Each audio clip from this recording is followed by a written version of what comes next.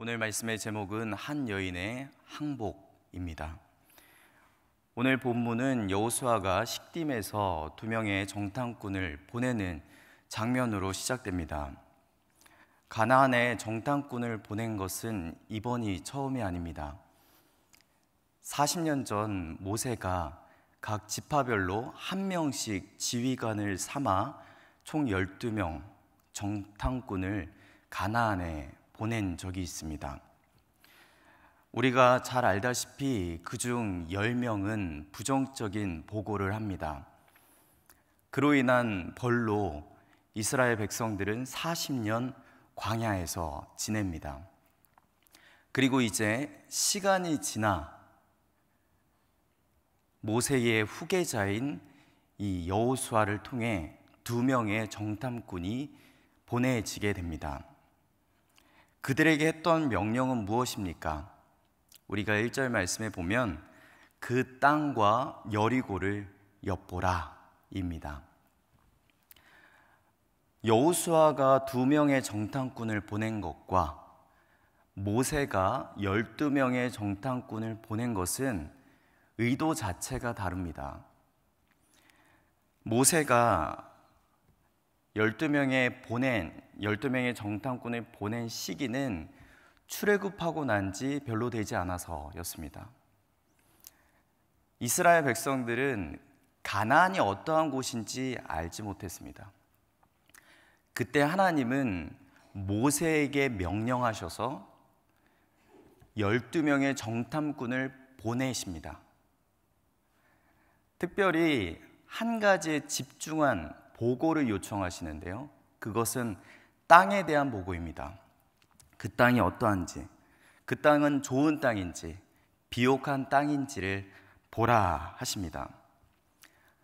하지만 10명의 정탐꾼은 이 거주민들의 외형에 두려움을 얻고 사람 위주의 보고를 합니다. 그들은 신장이 장대한 자들이고 네피림의 후손인 아낙 자손의 거인들이고, 그래서 우리는 메뚜기 같았다. 여러분, 땅에 집중된 보고를 하나님께서 요구하셨다는 거에서 이 정탐은 전쟁 준비에 목적이 있지 않았음을 우리는 알게 됩니다. 오히려 그 땅을 보여주시기 위해서였습니다. 여러분, 왜 하나님께서는 이스라엘 백성들에게 그 땅을 보여주시기 원하셨을까요? 저는 이스라엘 백성들에게 안심시키기 위해서 하나님께서 그렇게 하시지 않았나 생각합니다. 이스라엘 백성들 출애굽한 이후에 얼마나 불안해했습니까? 광야에서 우리가 여기서 그냥 죽는 것이 아니냐, 모세를 원망하지도 않았습니까? 만나와 메추라기를 매일 경험하고 있는데도 그들은 불안해했습니다. 심지어는 여러분, 홍해까지 건넜습니다. 불기둥과 구름기둥으로 하나님의 임재를 매 순간 느끼고 있는데도 불구하고 그들은 여전히 원망을 하지 않았습니까? 그런 그들에게 하나님은 정탐꾼을 보내서 내가 너희에게 줄 땅은 이러한 곳이다, 얼마나 비옥하고 얼마나 아름다운 곳인지 가서 보아라, 미리 보고 두려워하지 말아라, 내가 너와 함께 한다, 그 땅에서 너와 내가 함께 살자. 여러분, 이런 의도가 있었습니다. 하지만 10명의 정탐꾼은 그것을 알지 못하고 하나님의 이 마음을 저버린 것이죠. 그런데 지금 2명의 정탐꾼을 보낸 내용은 모세 때와 다릅니다. 먼저는요, 여호와 하나님께서 보내셨다라는 말이 없어요. 우리가 1절 말씀에 보면 여호수아가 보냈다고 합니다. 물론 여러분, 여호수아가 믿음이 없었기 때문은 아닙니다. 그리고요, 칼빈이라는 신학자는요, 모세의 후계자인 여호수아가 하나님께 기도하지 않았을 리 없다, 이렇게도 말합니다. 저 역시도 동일하게 생각하고 믿습니다. 여호수아가 믿음이 없었기 때문은 아닙니다. 저는 이 안에 성경 기자의 의도가 있다고 봅니다. 이것은 말씀의 후반부에 더 나눠보도록 하고요. 그리고 이 명령은 매우 간단합니다. 모세의 때는요, 그 땅이 어떠한지, 그 땅에 과실도 좀 가져오고, 그 땅은 얼마나 비옥한 땅인지, 그 내용이 참으로 깁니다. 하지만 지금 여호수아가 명령하는 이 명령의 내용은 그 땅과 여리고를 엿보라, 이 정도입니다. 여러분, 이렇게 명령한 배경을 우리가 좀 추측을 해보면요, 당시 상황은 가나안 입성 전입니다. 요단강만 건너면 여리고 성이에요. 전쟁 직전입니다.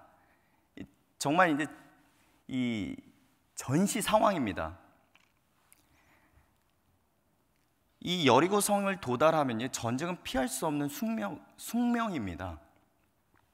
즉 여호수아가 2명의 정탐꾼을 보낸 데에는요, 스파이의 역할을 가지고 있다, 우리는 봐야 할 것입니다. 실제로요, 여러분 영어 성경에 보면 스파이라고 있습니다. 스파이라고 번역되어 있습니다.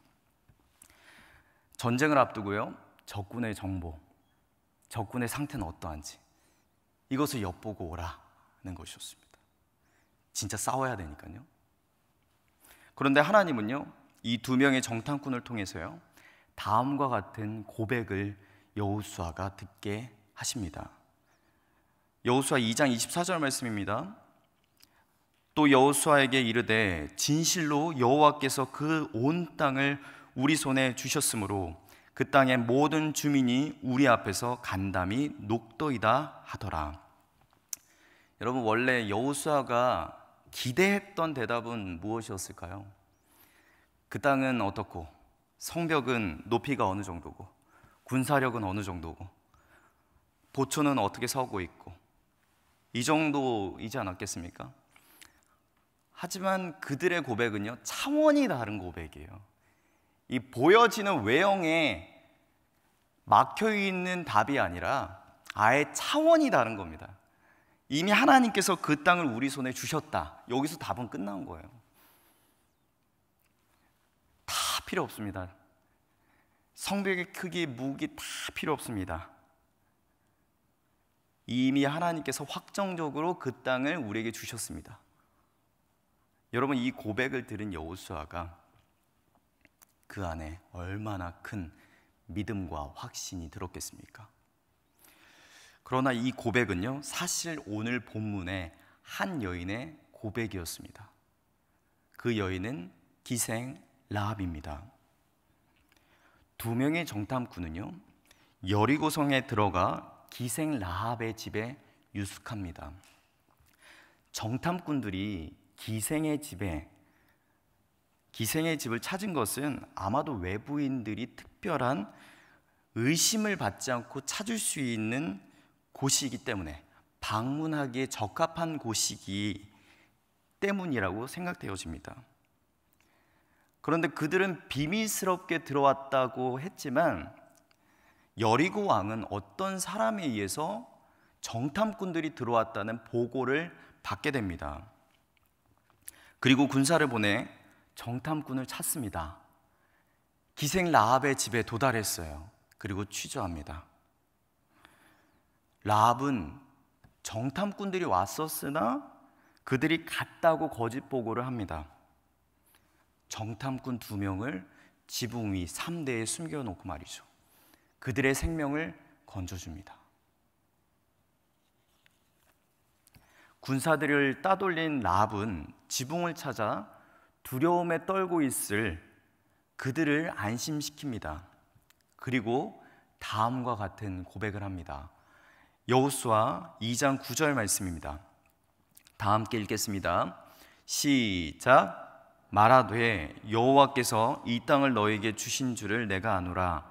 우리가 너희를 심히 두려워하고 이 땅 주민들이 다 너희 앞에서 간담이 녹나니. 여러분, 라합의 고백에서 놀라운 점은 그녀가 여호와의 이름을 부른다는 것입니다. 라합은 이방인입니다. 이방인은 그 민족이 숭배하는 신이 있었어요. 그런데 당시 민족 신의 이름을 거부하고 이스라엘 백성의 하나님이라 들은 여호와의 이름을 부른다는 것은 있을 수 없는 일입니다. 민족을 등지는 일이기 때문에 있을 수 없는 일입니다. 하지만 하나님은요, 이방인인 라합을 통해서 그 라합을 미리 그 가나안 땅에 예비시키심으로 이방인이 하나님을 찬양하는 일을 이루십니다. 이 고백을 들은 두 명의 정탐꾼은 과거 40년 전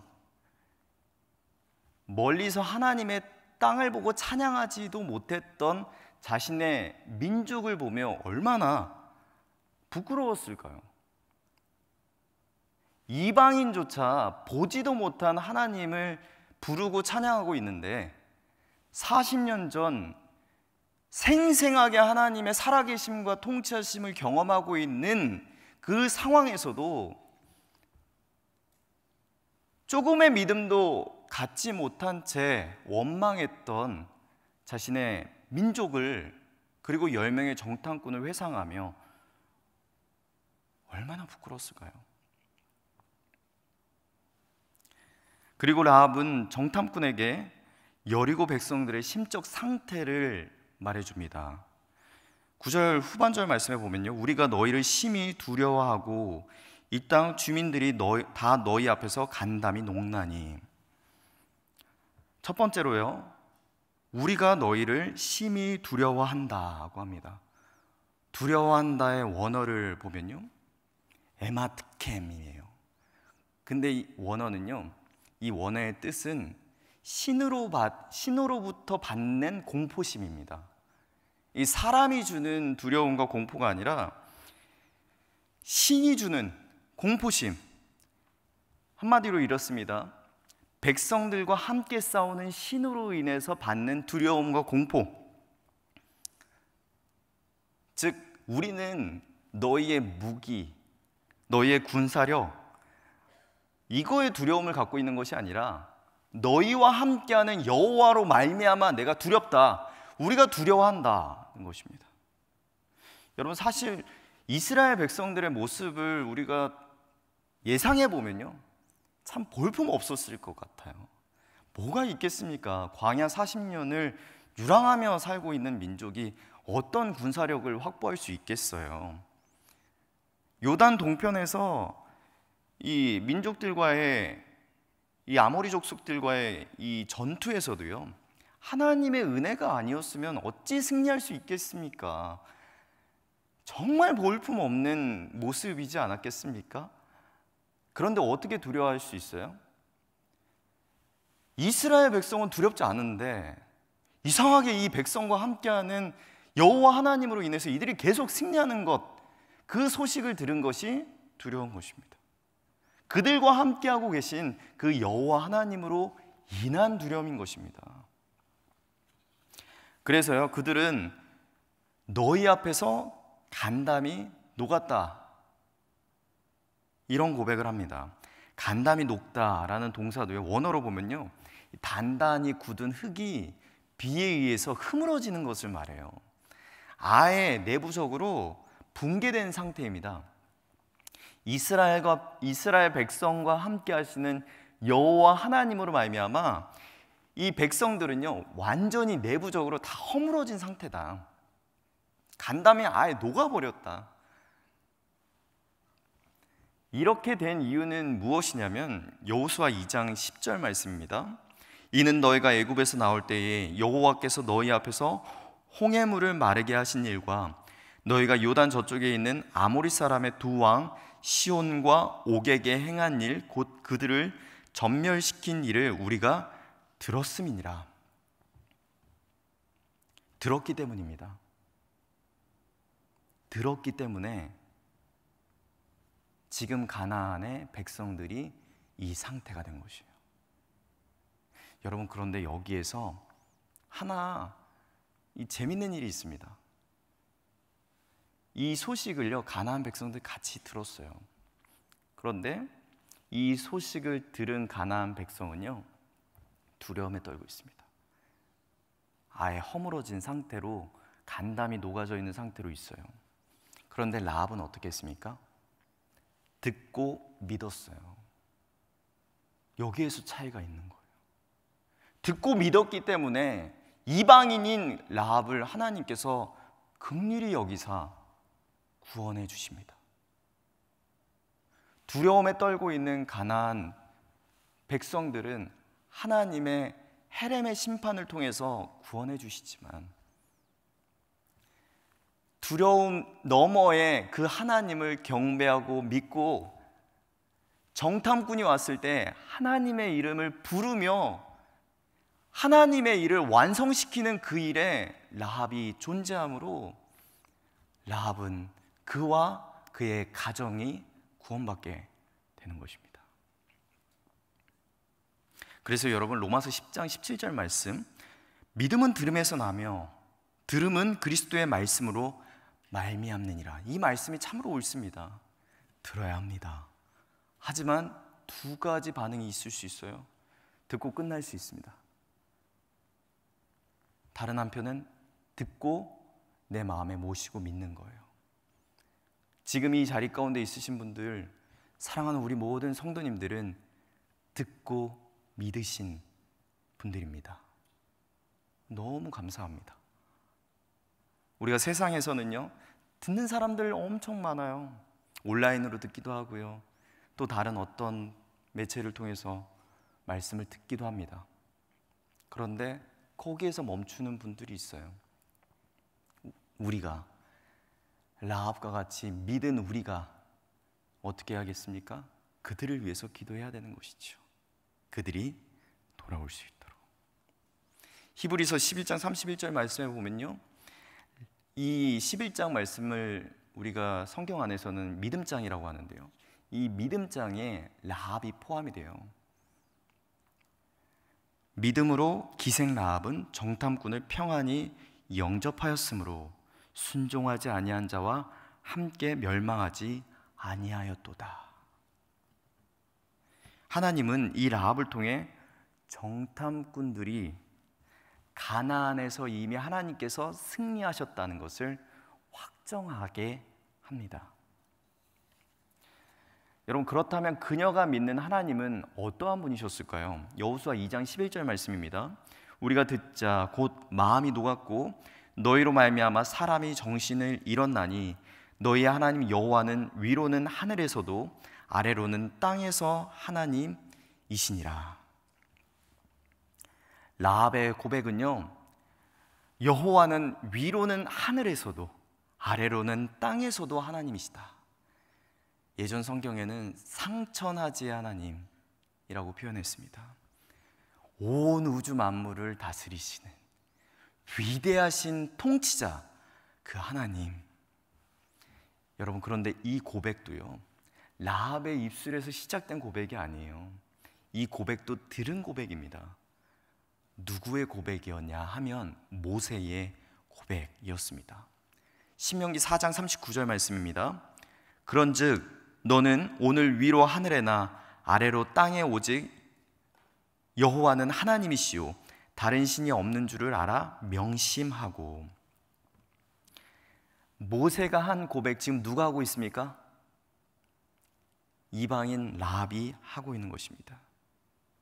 그리고 이스라엘과 함께하고 있는 이 여호와 하나님 앞에 자신이 먼저 항복한 것입니다. 백기를 들었어요. 두 손을 들고 이 모세의 고백을 본인도 순종하며 하는 것입니다. 그때 자신과 자신의 집이 구원받을 수 있다고 믿은 것입니다. 그런데 여러분, 이 라합은요, 하나님께서 하나님의 백성들을 살리시는데 사용하십니다. 마태복음 1장 5절 말씀에 보면요, 살모는 라합에게서 보아스를 낳고, 살모는 라합에게서 보아스를 낳았다고 합니다. 여러분, 이 라합의, 그러니까 예수 그리스도의 족보에 이 라합이 등장하는데 이 여인인 것이에요. 이방인이었던 라합, 먼저 하나님의 소식을 듣고 두 손 들고 항복했던 라합. 이 라합을 통해서 두 명의 정탐꾼은 이미 이방인 이 가나안 땅에서도 하나님의 사람을 세우셔서 우리에게 이 땅을 주시기로 확정하셨구나, 이것을 보여주신 것이고요. 두 번째는 라합을 통해서 이방인도 하나님께 나와서 하나님 앞에 항복하고 믿는다면 구원을 주시는구나. 그리고 하나님께서 이 천한 직분을 갖고 있는 기생, 당시 사회적 약자였던 이 여인을 통해서 예수 그리스도가 오는 그 계보에 하나님은 사용하시는구나. 여러분, 오늘 우리가 이 말씀을 통해서 이것을 꼭 깨달아야 합니다. 하나님은 어떠한 분이십니까? 하나님은 하나님의 약속을 이루십니다. 하나님 40년 전에 출애굽했을 때 이미 하나님의 약속 이루시기로 작정하셨어요. 그리고 이스라엘 백성들이 의심하고 정탐꾼들이 거짓 보고를 했음에도 불구하고 하나님은 이방인 땅에서 이미 라합이라는 여인을 예비시키시고 준비시키셨고, 그 라합을 통해서 확정적 선언을 듣게 하시고, 예수 그리스도가 오는 그 계보에 이 여인을 포함시키시는 이 하나님의 오묘한 은혜, 이것을 우리는 깨달아야 합니다. 여러분, 그렇다면 우리는 누구에게 항복을 해야 될까요? 우리는 예수 그리스도에게 항복해야 합니다. 예수 그리스도의 소식을 들었다면 오늘 하루도 우리가 그 주님 앞에 항복하는 하루 되시길 축복합니다. 그리고 아직 항복하지 않은 그들에게 항복을 권유하며 주의 복음을 선포하시는 오늘 복된 하루 되시길 축복합니다. 이 시간 함께 기도할 때 오늘 말씀을 기억하시면서 함께 기도하시고요, 여러분이 가지고 나오신 기도의 제목을 놓고 기도하시며 자리에서 일어나겠습니다. 기도하시겠습니다. 하나님 아버지, 감사합니다. 우리가 정말 예수 그리스도 앞에